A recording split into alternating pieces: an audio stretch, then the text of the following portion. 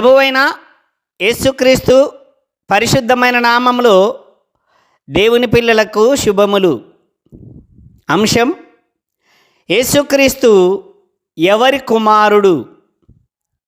యేసుక్రీస్తు ఎవరి కుమారుడు? ప్రియులారా, ఈ ప్రశ్న క్రైస్తవులకు మాత్రమే. ఎందుకంటే క్రీస్తును కలిగిన వారే క్రైస్తవులు. అనగా యేసుక్రీస్తును గూర్చినటువంటి అవగాహన, యేసుక్రీస్తు ఎవరి కుమారుడు, యేసుక్రీస్తు ఏమై ఉన్నాడు, యేసుక్రీస్తు ఎవరు అన్నటువంటి స్పష్టత కలిగినటువంటి వారే క్రైస్తవులు. కానీ ఇలాంటి క్రైస్తవులకు సిమియోను ప్రవక్త గారు ఒక విషయాన్ని తెలియజేశాడు. లూకా సువార్త 2వ అధ్యాయము 34వ వచనము.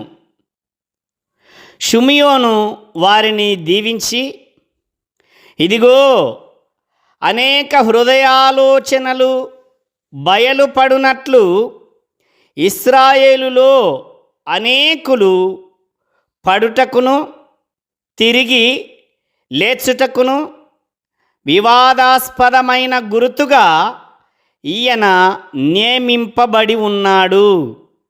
ప్రియులారా, యేసుక్రీస్తు ప్రభువును గూర్చి సిమియోను ప్రవక్త గారు చెప్పిన మాటను మనం ఆలోచిస్తే, నేటి క్రైస్తవ సమాజంలో యేసుక్రీస్తును గూర్చినటువంటి ఖచ్చితమైన అవగాహన కొరబడింది అని చెప్పక తప్పదు.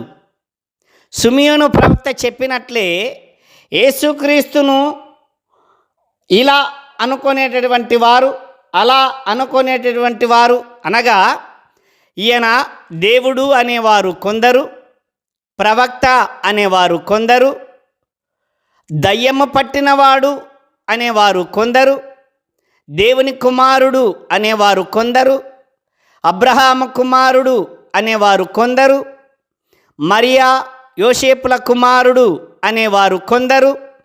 ఇలా యేసుక్రీస్తును గూర్చినటువంటి అవగాహన లోపంతో, యేసుక్రీస్తును గూర్చినటువంటి ఖచ్చితమైన అవగాహన లేక పడుటకును తిరిగి లేచుటకును ప్రయాసపడుతున్నటువంటి దినాలివి. క్రైస్తవుడు అనగానే క్రీస్తును కలిగి ఉన్నవాడు. ఆ క్రీస్తు ఏమై ఉన్నాడు, ఎవరి కుమారుడు, యేసుక్రీస్తు ద్వారా మనకు కలిగేటటువంటి లాభం ఏమిటి, యేసుక్రీస్తును ఎలా నమ్ముకోవాలి అన్నటువంటి సందేహాలకు సరైనటువంటి సమాధానము లేక పడుతూ లేస్తూ ఇటు అటు కొట్టుకొని పోవు పొట్టువలే యాతన పడుతూ ఉన్నటువంటి పరిస్థితులు. ప్రియులారా, అందుకే ఈ అంశాన్ని మీ ముందుకు తీసుకొని వస్తూ ఉన్నాను. పరిశుద్ధ గ్రంథాన్ని పరిశీలన చేస్తే విశ్వాసము ఒక్కటే అని చెప్పబడింది. దేవుడు ఒక్కడే అని చెప్పిన బైబిల్ గ్రంథం విశ్వాసము ఒక్కటే అని చెప్పింది.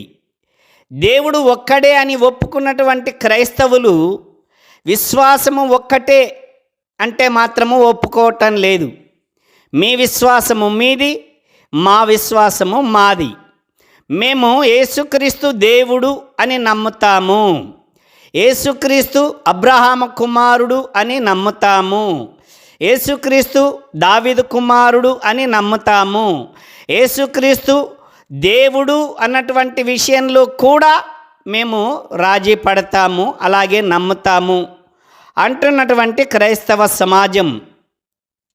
ప్రియ క్రైస్తవ సమాజమా, ఇప్పుడు ఈ అంశాన్ని మీ ముందుకు తీసుకుని వస్తున్నాను గనక వాక్యాలను పరిశీలన చేసి బెరాయా సంఘస్థుల వలె అలాగున్నవా లేవా అని పరిశీలించి సత్యమందు స్థిరపడగలరని మీకు తెలియచేస్తున్నాను.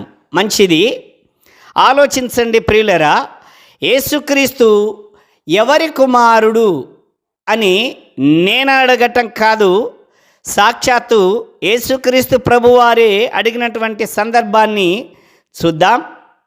మత్తయి సువార్త 22వ అధ్యాయము 42వ వచనం. ఈ వాక్య సందర్భము పరిసయ్యులతో యేసుక్రీస్తు ప్రభువారు అడుగుతున్నటువంటి విషయం. క్రీస్తును గూర్చి మీకేమి తోచుచున్నది? ఆయన ఎవరి కుమారుడని అడిగెను. ప్రియులారా, గమనించండి, యేసుక్రీస్తు ప్రభువారి విషయంలో స్పష్టత లేదు. ఆనాటి సమాజంలో యేసుక్రీస్తు భూమి మీద జీవించిన దినాలలో యూదయ సమరయ ప్రాంతాలలో ఉన్నటువంటి జనులు యేసుక్రీస్తు ప్రభువారు మరియా యోసేపుల కుమారుడు అన్నటువంటి ఆలోచన కలిగి ఉన్నారు. ప్రవక్తలలో ఒకడని ఆలోచన కలిగి ఉన్నారు. అబ్రహాము కుమారుడు అన్న ఆలోచన కలిగి ఉన్నారు. దావీదు కుమారుడు అన్న ఆలోచన కలిగి ఉన్నారు. ఇలా పలువురు పలు రకాలుగా యేసుక్రీస్తును గూర్చినటువంటి స్పష్టత లేదు. అదే విషయాన్ని ఇక్కడ యేసుక్రీస్తు ప్రభువారు పరిసయ్యులతో అడుగుతూ ఉన్నాడు. క్రీస్తును గూర్చి మీకేమీ తోచుచున్నది? ఆయన ఎవని కుమారుడని అడిగాడు. అప్పుడు ఆ పరిసయ్యులు ఇచ్చినటువంటి సమాధానము, వారు ఆయన దావీదు కుమారుడని చెప్పిరి. గమనించండి ప్రియులరా, ఇదే పరిసయ్యులు శాస్త్రులు మత్తయి సువార్త 13వ అధ్యాయము చివరి వచనములో ఈయన మరియా యోసేపుల కుమారుడు కాదా అని చెప్పినటువంటి వారు, వడ్లవాని కుమారుడు ఇతని తల్లి పేరు మరియా అని చెప్పినటువంటి వారు పరిసయ్యులు శాస్త్రులు. ఇప్పుడేమో క్రీస్తు ఎవని కుమారుడని మీరు అనుకొనుచున్నారు అని యేసుక్రీస్తు అడిగితే వారిచ్చినటువంటి సమాధానం, క్రీస్తు దావీదు కుమారుడు అని చెప్పారు. వీరి యొక్క హృదయంలో యేసుక్రీస్తును గూర్చినటువంటి స్పష్టత లేదు అని మనము తెలుసుకొనుచూ ఉన్నాం. యేసుక్రీస్తు ప్రభువారు పరిసయ్యులు ఇచ్చినటువంటి ఆ సమాధానానికి బదులుగా మరొక మాటను అడుగుతూ ఉన్నాడు. గమనించండి, మత్తయి సువార్త 22వ అధ్యాయము 45వ వచనంలో ఈ రీతిగా చెబుతూ ఉన్నాడు, దావీదు ఆయనను ప్రభువని చెప్పిన ఎడల ఆయన ఏలాగు అతనికి కుమారుడగునని వారిని అడుగగా ఎవడును మారు మాట చెప్పలేకపోయెను. గమనించండి ప్రియులరా, పరిసయ్యులు శాస్త్రులు యేసుక్రీస్తు ఎవరి కుమారుడు అని అడిగితే క్రీస్తును గూర్చినటువంటి విషయంలో పరిసయ్యులు శాస్త్రులు ఇచ్చిన సమాధానము దావీదు కుమారుడు అని చెప్పారు. అప్పుడు యేసుక్రీస్తు ప్రవచనానికి సంబంధించినటువంటి విషయాన్ని వారికి తెలియచేస్తూ, దావీదు క్రీస్తును ప్రభువని చెప్పిన ఎడల ఆ క్రీస్తు ఏలాగు దావీదుకు కుమారుడవుతాడు అని అడిగాడు. కీర్తనలు 110వ కీర్తన 1వ చరణంలో ఈ మాట వ్రాయబడి ఉన్నది, నా ప్రభువు సెలవిచ్చిన వాక్కు, నేను నీ శత్రువులను నీ పాదములకు పీఠముగా చేయు వరకు నా కుడిపార్శ్వమున కూర్చుండుము అన్న ఈ వాక్యాన్ని యేసుక్రీస్తు వారికి తెలియచేస్తూ, దావీదు క్రీస్తును ప్రభు అని చెప్పుచున్నాడే, అలాంటప్పుడు క్రీస్తు దావీదుకి ఎలా కుమారుడవుతాడు అని ప్రశ్నించాడు. ప్రియులరా, స్పష్టత లేకుండా, ఎలాంటి అవగాహన లేకుండా సమాధానాలు ఇస్తే అలాంటి సమాధానాలకి ఇలాంటి ప్రశ్నలే వస్తాయి. నీ వాక్య సారాంశము సత్యము అంటుంది బైబిల్. సమాధానము స్పష్టత ఖచ్చితమైనటువంటి సారాంశంతో కూడిన సత్యమైనటువంటి సమాధానము చెబితే దానికి ప్రశ్న ఉండదు. పరిసయ్యులు శాస్త్రులు ఇచ్చినటువంటి సమాధానము ప్రశ్నలకు గురవుతూ ఉన్నది. వారిచ్చినటువంటి సమాధానము ప్రశ్నలను ఎదుర్కోవలసి వస్తూ ఉన్నది. ఆలోచించండి. నేటి క్రైస్తవ సమాజానికి ఇదే వాక్యము ప్రశ్నలు మీ ముందుకు తెస్తూ ఉన్నప్పుడు మీరిచ్చేటటువంటి సమాధానాలు ఏంటి?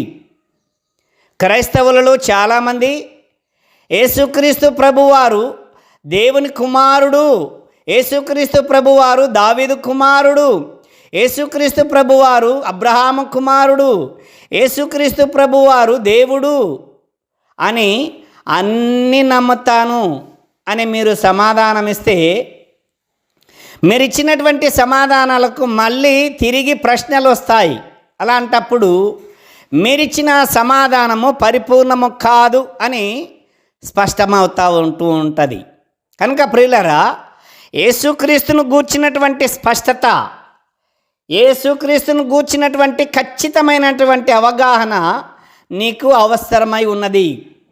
పరిసయ్యులు శాస్త్రులకు యేసుక్రీస్తును గూర్చినటువంటి అవగాహన లేక ఇలా సమాధానం ఇచ్చారు. అందుకే యేసుక్రీస్తు ప్రభువారు దావీదు క్రీస్తును ప్రభు అని చెబుతూ ఉంటే మీరేమో ఆయన దావీదుకు కుమారుడు అని మీరు చెబుతూ ఉన్నారు, అది ఎలాగూ అని ప్రశ్నించినప్పుడు మారు మాట చెప్పలేకపోయిరి అని చదువుతూ ఉన్నాం. చాలామంది ఇలాగే నోర్లు మూసుకుంటూ ఉన్నారు. అనగా యేసుక్రీస్తును గూర్చినటువంటి ఖచ్చితమైన స్పష్టత లేకపోవటం వల్ల ప్రశ్నలు ఎదుర్కొంటూ ఉన్నారు. కనుక ప్రియులరా, పరిసయ్యులు శాస్త్రులు ఇచ్చినటువంటి ఈ సమాధానంలో యేసుక్రీస్తును గూర్చినటువంటి స్పష్టత, యేసుక్రీస్తు ఎవరి కుమారుడు అన్నటువంటి ప్రశ్నకు పరిపూర్ణమైనటువంటి సమాధానం ఇది కాదు అని మనకు తెలిసిపోతూ ఉన్నది. ఇక రెండవ విషయాన్ని చూద్దాం. ఆయన అబ్రహాము కుమారుడు అంటారు నేటి క్రైస్తవ సమాజము. అలా మేము నమ్ముతూ ఉన్నాము అని చెబుతారు. మత్తయి సువార్త 1వ అధ్యాయము 1వ వచనములో అబ్రహాము కుమారుడు అగు దావీదు కుమారుడైన యేసుక్రీస్తు వంశావళి అని వ్రాయబడి ఉన్నది గనుక, అలాగే గలతీయులకు రాసిన పత్రిక 3వ అధ్యాయము 16, 17 వచనాలలో అబ్రహాము సంతానమని వ్రాయబడి ఉన్నది గనక యేసుక్రీస్తు ప్రభువారు అబ్రహాము కుమారుడు అని మేము నమ్ముతూ ఉన్నాం అంటారు నేటి క్రైస్తవ సమాజం. అలా ఆయన అనగా యేసుక్రీస్తు అబ్రహాము కుమారుడు అని సమాధానం ఇచ్చేటటువంటి వారికి యేసుక్రీస్తు ప్రభువారు ఇచ్చేటటువంటి ప్రశ్న గమనించండి.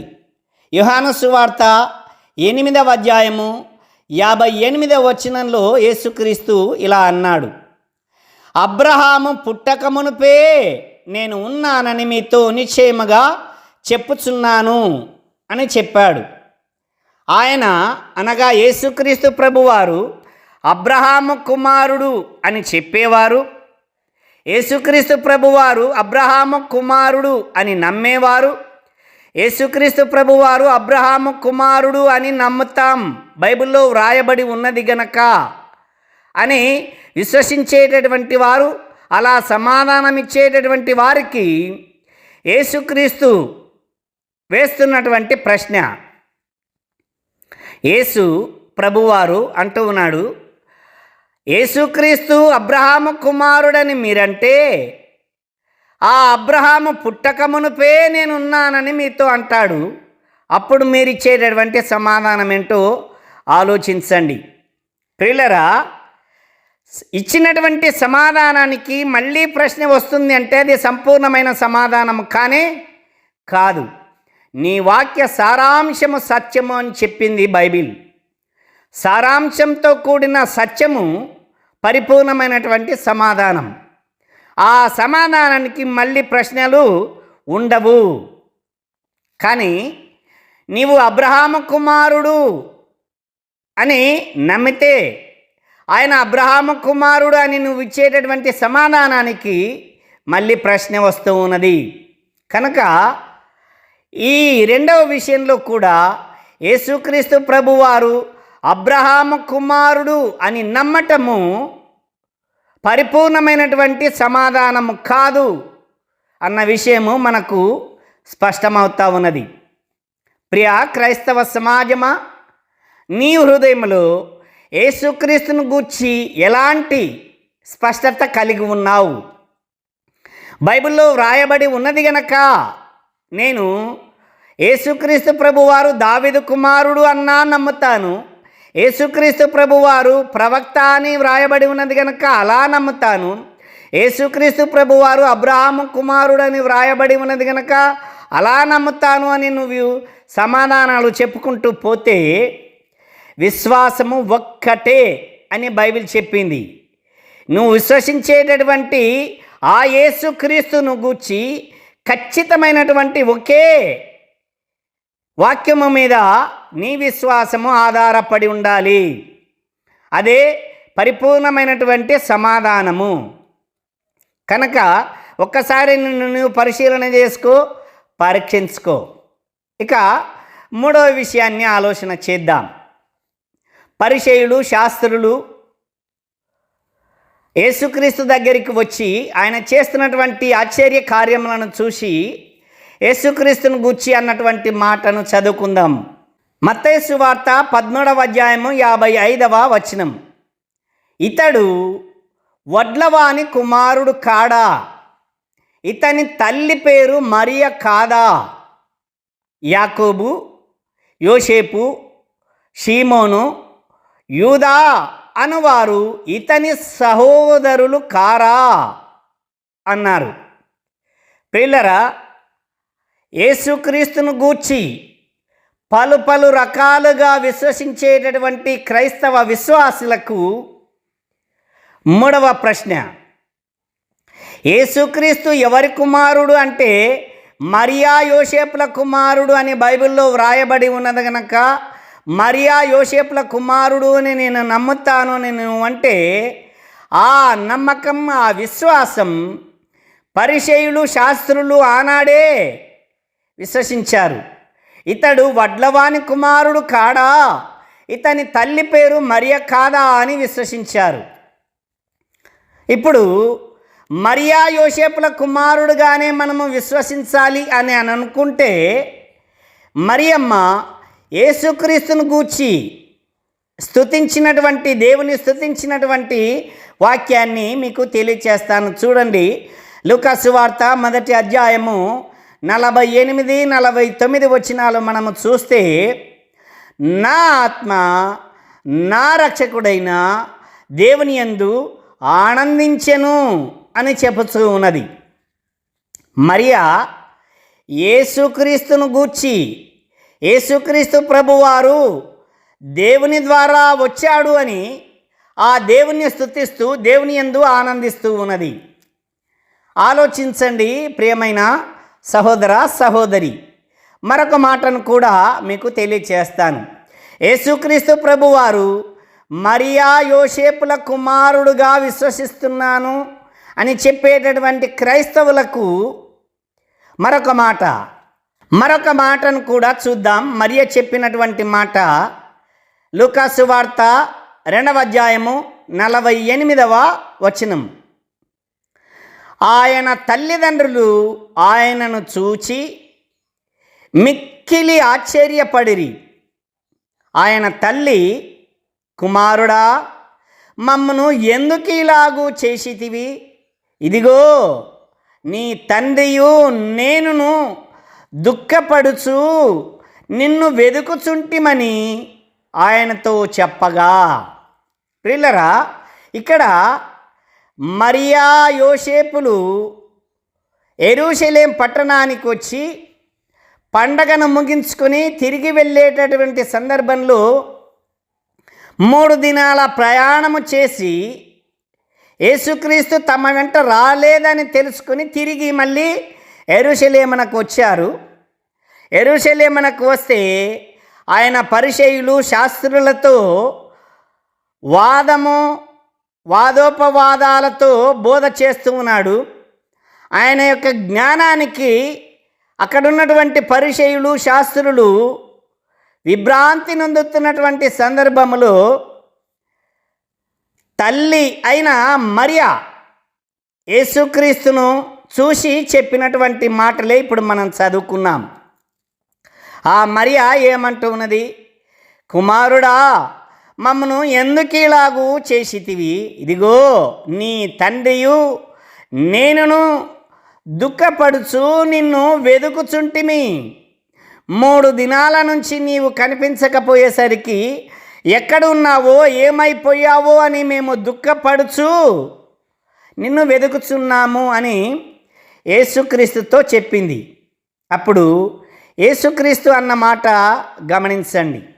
ఈ వాక్యాన్ని మీరు చాలా జాగ్రత్తగా ఆలోచించండి. లూకాసు వార్త 2వ అధ్యాయము 49వ వచనం. ఆయన, మీరేలాగూ నన్ను వెదుకుచుంటిరి?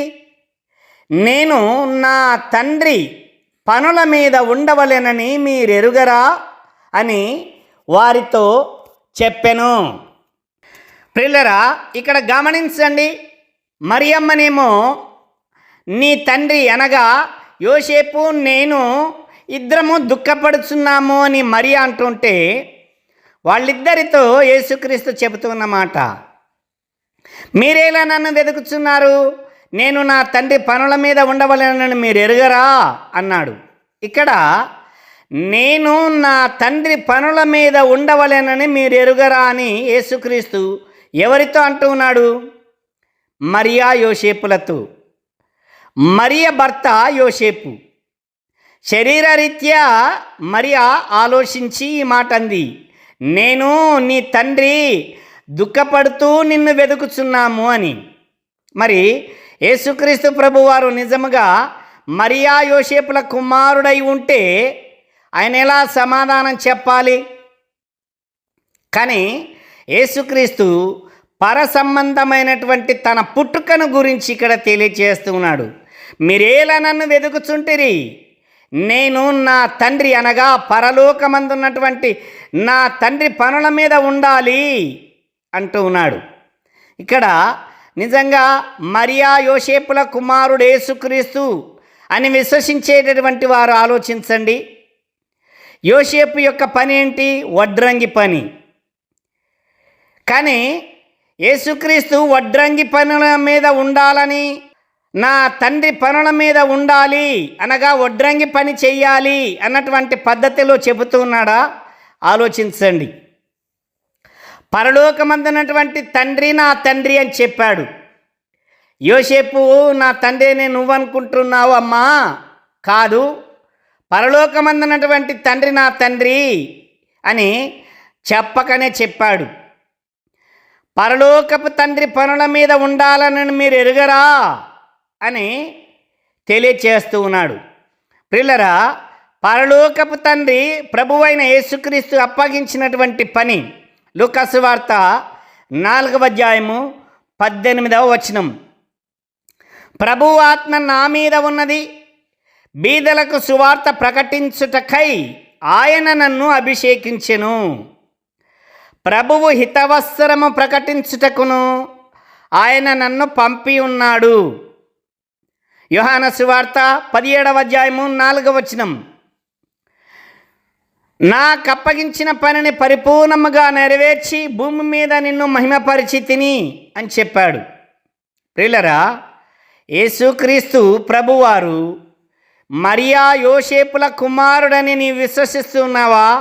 అలాగైతే పరిపూర్ణమైనటువంటి సమాధానములో నువ్వు లేవు అని ఈ వాక్యాలను బట్టి నువ్వు తెలుసుకోవచ్చు. ఆయన మరియా యోసేపుల కుమారుడు కూడా కాదు. అలాంటప్పుడు నువ్వెలా యేసుక్రీస్తు మరియా యోసేపుల కుమారుడని వ్రాయబడి ఉన్నది గనక నేను అలా నమ్ముతాను అని అంటే అలా నమ్మకూడదు. పరిసయ్యులు, శాస్త్రులు అలా అనుకున్నారు. పరిసయ్యులు, శాస్త్రుల యొక్క విశ్వాసము, దేవుని గూర్చినటువంటి విశ్వాసము వారిలో లేదు. కనుక వారి విశ్వాసమే నీకు ప్రామాణికముగాను భావిస్తే ఖచ్చితంగా పరిపూర్ణమైనటువంటి సత్యములో నీవు లేనట్టే. కనుక మరియా యోసేపుల కుమారుడు కాదు ఆయన. యేసుక్రీస్తు ప్రభువారు మరియా యోసేపుల కుమారుడని నువ్వు భావిస్తే ఖచ్చితంగా వక్ర మార్గంలో నీ విశ్వాసము ఉన్నట్టే తెలుసుకోవాలి. ఇక 4వ విషయం, యేసుక్రీస్తు ప్రభువారు దేవుని కుమారుడు. ఆలోచిద్దాం. సాక్షాత్తు పరలోకమందున్నటువంటి తండ్రి ఇచ్చినటువంటి సాక్ష్యం. హెబ్రీయులకు రాసిన పత్రిక 1వ అధ్యాయము 5వ వచనం, ఏలయనగా నీవు నా కుమారుడవు, నేను నేడు నిన్ను కని ఉన్నాను అనియు, ఇదియుగాక నేను ఆయనకు అనగా యేసుక్రీస్తుకు తండ్రినై ఉందును, యేసుక్రీస్తు నాకు కుమారుడై ఉండును అని చెబుతూ ఉన్నాడు. ప్రియులారా, క్రైస్తవుడుగా జీవించేవారు, క్రైస్తవుల యొక్క ఖచ్చితమైనటువంటి విశ్వాసం, పరిపూర్ణమైనటువంటి విశ్వాసం ఏమిటి అనంటే యేసుక్రీస్తు ప్రభువారు దేవుని కుమారుడైన క్రీస్తు అని విశ్వసించితేనే నీకు నిత్య జీవము అని యోహాను సువార్త 20వ అధ్యాయము చివరి వచనము తెలియచేస్తూ ఉన్నది. రోమీయులకు రాసిన పత్రిక 1వ అధ్యాయము 1 నుండి 7 వచనాలలో మధ్య భాగమును చదువుతున్నాను, గమనించండి. దేవుడు తన కుమారుడును మన ప్రభువైన యేసుక్రీస్తు శరీరమును బట్టి దావీదు సంతానమును మృతులలో నుండి పునరుత్థానుడైనందున పరిశుద్ధమైన ఆత్మను బట్టి దేవుని కుమారుడుగాను ప్రభావముతో నిరూపింపబడెను అని వ్రాయబడి ఉన్నది. ప్రియా క్రైస్తవ సమాజమా, యేసుక్రీస్తు ఎవరి కుమారుడు అనుకుంటున్నావు? నీ హృదయంలో యేసుక్రీస్తు ఎవరి కుమారుడని విశ్వసిస్తున్నావు? ఆలోచించుకో. యేసుక్రీస్తు ప్రభువని నీ నోటితో ఒప్పుకొని దేవుడు ఆయనను మృతుల్లో నుండి లేపనని విశ్వసించిన యెడల నీవు రక్షింపబడతావు. యేసుక్రీస్తు దేవుని కుమారుడు అని నమ్మువానిలో దేవుడు ఉంటున్నాడు, దేవుడు వాని యందు ఉంటున్నాడు అని యోహాను రాసిన 1వ పత్రిక 4వ అధ్యాయము 15వ వచనము తెలియచేస్తూ ఉన్నది.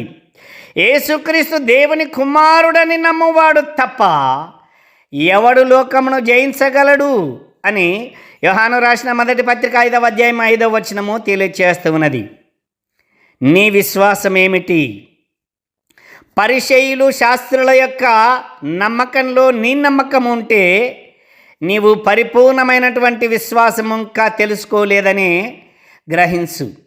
యేసుక్రీస్తు ఎవరి కుమారుడు? విశ్వాసము ఒక్కటే, ఒక్కడుగానే నీవు విశ్వసించాలి. ఆయన ఎవరి కుమారుడు అనంటే బైబిల్ ఇచ్చినటువంటి సమాధానం, ఆయన శరీరమును బట్టి దావీదు సంతానముగా పిలువబడ్డాడు. అబ్రహాము కుమారుడగు దావీదు కుమారుడుగా పిలువబడ్డాడు. పరిసయ్యులు శాస్త్రులు ఆలోచించారు మరియా యోసేపుల కుమారుడని. కానీ వీరందరి విశ్వాసము క్రైస్తవ విశ్వాసము కాదు. క్రైస్తవుల ఏకైక విశ్వాసము యేసుక్రీస్తు ప్రభువారు దేవుని కుమారుడైన క్రీస్తు. ఇదే క్రైస్తవుల యొక్క ప్రామాణికమైనటువంటి విశ్వాసముతో కూడిన వాక్యము. ప్రియా సహోదరా, సహోదరి, నీ హృదయంలో లోకమంతా ఇలా అనుకుంటుంది. యేసుక్రీస్తు ప్రభువారు మత్తయి సువార్త 16వ అధ్యాయంలో శిష్యులను అడిగాడు, జనులు నా గురించి ఏమనుకుంటున్నారు అని. ఒకరేమో బాప్తిసమిచ్చు యోహాను అనుకుంటున్నారు, మరొకరేమో ఏలియా అనుకుంటున్నారు, మరికొందరేమో ఇర్మియా ప్రవక్త అనుకుంటున్నారు, మరికొందరేమో ప్రవక్తలలో ఒకడనుకుంటున్నారు అని చెప్పారు. చూడండి, లోకం వైపు చూస్తే లోకంలో ఉన్న జనుల యొక్క విశ్వాసం ఇలా పలు రకాలుగా ఉంటున్నాయి. ఆయన ప్రవక్తగా నమ్ముకుంటున్నారు, దేవుళ్ళలో ఒకడు అనుకుంటున్నారు, బాప్తిసమిచ్చు యోహాను అనుకుంటున్నారు, ఇర్మియా అనుకుంటున్నారు, ఏలియా అనుకుంటున్నారు, మరియా యోసేపుల కుమారుడు అనుకుంటున్నారు, దావీదు కుమారుడు అనుకుంటున్నారు, అబ్రహాము కుమారుడు అనుకుంటున్నారు. మరి నువ్వేమనుకుంటున్నావు? బైబిల్ చెప్పినట్టుగా నీ విశ్వాసము ఒక్కటైతే ఆ ఒక్కటైనటువంటి విశ్వాసములో యేసుక్రీస్తు ఎవరి కుమారుడు అనుకుంటున్నావు? బైబిల్ చెప్పింది యేసుక్రీస్తు ప్రభువారు దేవుని కుమారుడు అని చెప్పింది. నీ విశ్వాసం అలా దేవుని కుమారుడని విశ్వసిస్తేనే నీవు నిత్య జీవమునకు వారసుడవవుతావు. నిన్ను నువ్వు పరీక్షించుకో. నీవు భ్రష్టుడవు కాని ఎడలా క్రీస్తు నీ యందు ఉన్నాడని తెలుసుకో. దేవుడు మిమ్మల్ని దీవించును గాక. ఆమేన్.